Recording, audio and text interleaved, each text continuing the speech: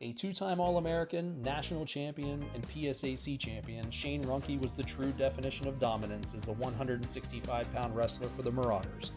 From 2014 to 2019, Ruhnke posted a 97-36 record, going 54-12 with 19 pins over his final two seasons. Ruhnke's 39 pins set an all-time Millersville record. Ruhnke ended his career on the national championship podium, ranked 8th in career victories. As a senior, Ruhnke became Millersville's first PSAC champion since 1995, earning the Most Outstanding Wrestler of the Event award.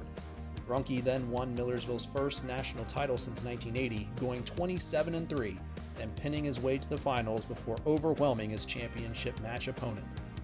Coaches at the NCAA Championships awarded Ruhnke the Most Dominant Wrestler of the Year and the Most Outstanding Wrestler of the Championships. Ruhnke now serves in the United States Army with the 75th Ranger Regiment. 2024 Hall of Fame inductee, Shane Ruhnke.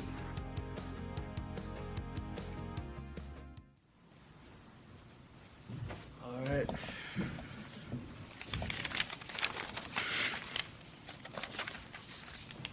Hello, everyone. First and foremost, thank you to the Hall of Fame Committee for honoring me with this privilege.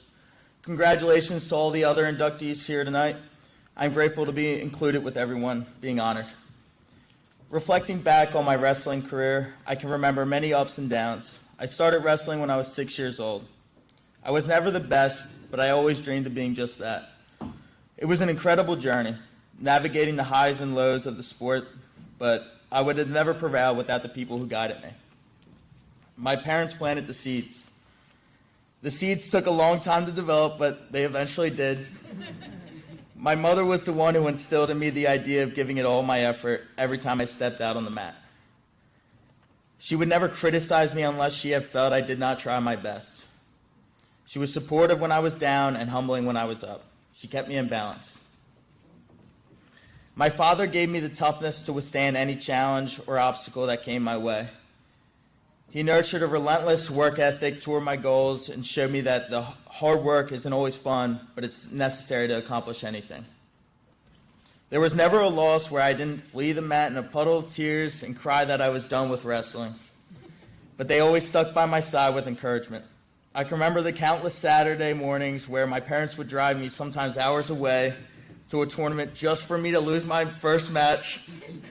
And then we would have the long drive back that would make it feel like it was a wasted Saturday, like it was all for nothing. The seeds they planted eventually allowed me to blossom, and I have been able to accomplish so much. I can now say those Saturdays weren't for nothing. My parents made sure I stayed true to the values they bestowed upon me, and I couldn't be more grateful for them. I would also like to thank my brother, who may have been my biggest hater, but also my biggest fan. My brother was a fierce competitor who, 5 years older than me, never let me win anything in my whole life. At the time, it drove me crazy, but as I reflect, I believe the beatings I took as a boy forged the grit in me that I am thankful for to this day. And then there was Coach Regner. He was my third coach at Millersville. He was like a coach I'd never had before. He was harder on me than any of my other coaches, but I was willing to step up to the challenges he gave me. He found creative ways to challenge me and continued my growth. He never wanted me to perform. He always expected me to perform. And then there was Coach Basso. Coach Basso was the first coach I came into contact with at Millersville. I remember our first meeting like it was yesterday. The summer leading into my freshman year, I met Coach Basso. He radiated with a passion for the sport of wrestling. He would come to practice covered in black sand from working in an iron foundry and would never complain of being tired or of anything that I could remember. He didn't care how talented of a wrestler you were. He gave every wrestler in the room a fountain of knowledge and effort to help them improve. In my second year at Millersville, I was ineligible and doubted whether I would continue to wrestle or even go to school anymore. It was in this year where I thought that I needed a goal so big that I would find out the limits of my potential. So I told my roommate one day, probably in a drunken haze, that I was going to be a national champion by my senior year. My roommate then told Coach Basso, who after that moment proceeded to refer to me as his national champ for the next 4 years. So Coach Basso never blinked after hearing the news that I had my eyes on a national title, and I could tell he believed it.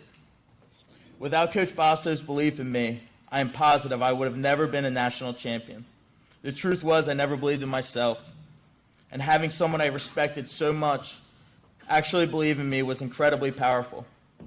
I could go on and on about how essential Coach Basso was to my success, but the bottom line is I could not have done it without him.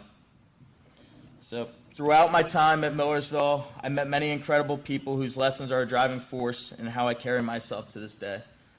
I enlisted in the military in 2020 and found a home in Ranger Regiment, where I have crossed paths with many like-minded, driven men in their own pursuit of excellence. There are many more that have helped and aided me in my success that I did not mention. There were countless teammates, coaches, family, and friends, and thank you to everybody. Thanks.